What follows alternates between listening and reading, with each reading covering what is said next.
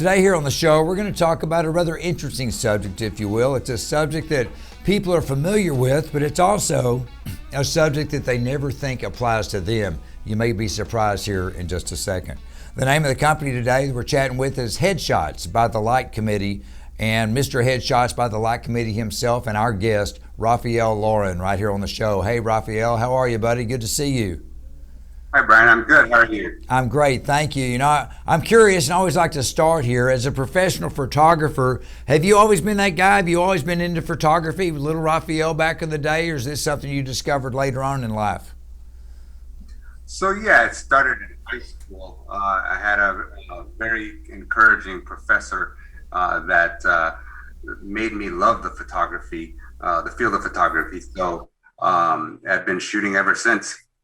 Well, it works out well, and it's always fascinating to me to meet gentlemen like you who are small business owners, frankly, doing something that they were doing it long before you knew you'd be a professional, but it's just something you've always liked, and you've been able to put together a position with your own business to where you get to do something that you've always loved, and now you make money to do it. So that's got to be a pretty good feeling. Along with photography, give me a little bit about your professional background before you got into the headshot business. Yeah, so I've had this studio for around 6 years now. It's focusing on headshots, lifestyle shots, and social media shoots. Before that, about 8 years ago, I had a PR client, more on that in a bit, asked me to do their product photography. They knew I was pretty good with the camera, so that led to asking me to do their headshots. And so before that, I also had experience, as I just mentioned, in public relations and marketing for technology companies. I have a bachelor's degree in journalism from Cal State Northridge, and I also served in the Air Force and the California Air National Guard. You've already lived several lives yourself, and I want to back up real quick. Thank you for your service. That's always very important to us. We appreciate that. And then on the business end, everything you've done just seems to keep building on itself. So I'm intrigued. Go back to the PR days, how someone that you were helping out in one area realized, hey, this guy's not bad with the camera and I like him. I'm going to get him to help me here. Tell us that story. So yeah, they were selling a bunch of electronic parts or devices, and we obviously need to market those, and photography is part of the marketing process. And so it was very natural to just ask me to do it, since I was pretty close with this customer. And so they asked me, I had already shown them a lot of my product photography and so forth. So they were very familiar with it. Well, it's always nice to where anybody, and I'm talking about on your customer side, they'd already developed a working relationship with you and trusted you and knew the type of person you were. How relieved were they to find out, oh, by the way, we need something else. Rafael can do that too. I don't have to find someone else. So it kind of worked out well for both of you. All right, jumping into headshots now. So many people think when they think of a headshot, particularly in California, they think, oh, that's just for actors and models. Nothing could be further than the truth, especially now as we're getting more and more digital.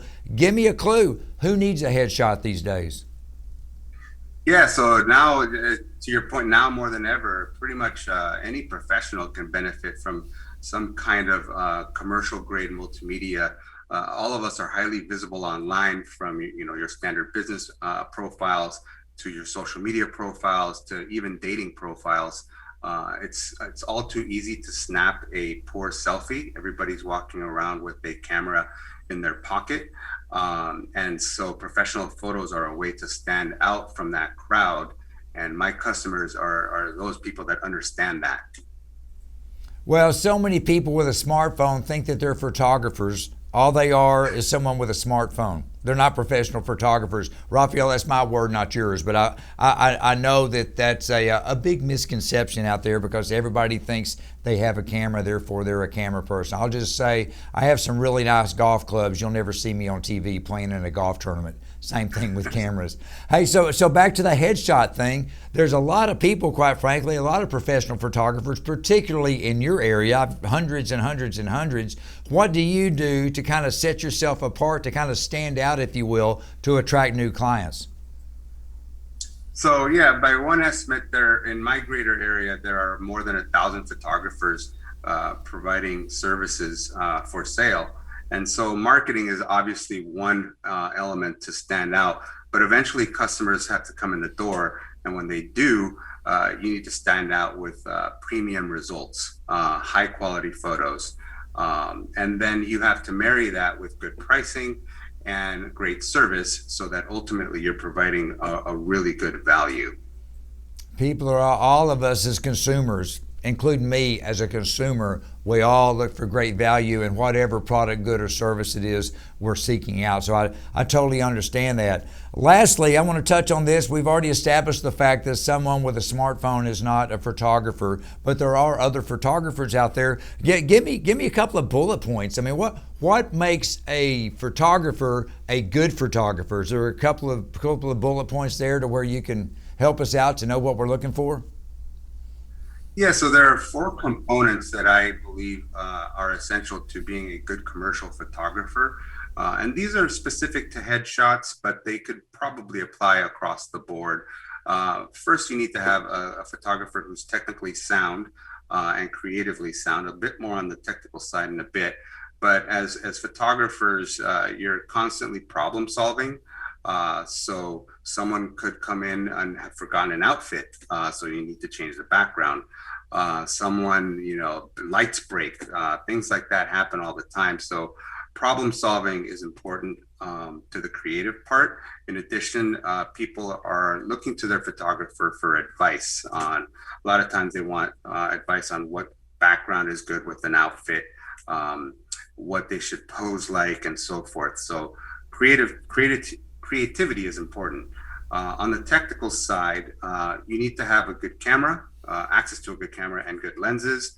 The technical gear does matter, including how to use them. The more you can get out of auto mode and into manual mode, the more creative you can be with that camera and the more technical you can be.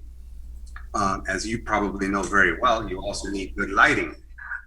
So you have to have an ability to use studio light in addition to natural light, and both of them in concert at times. And then, of course, there's post-production skills.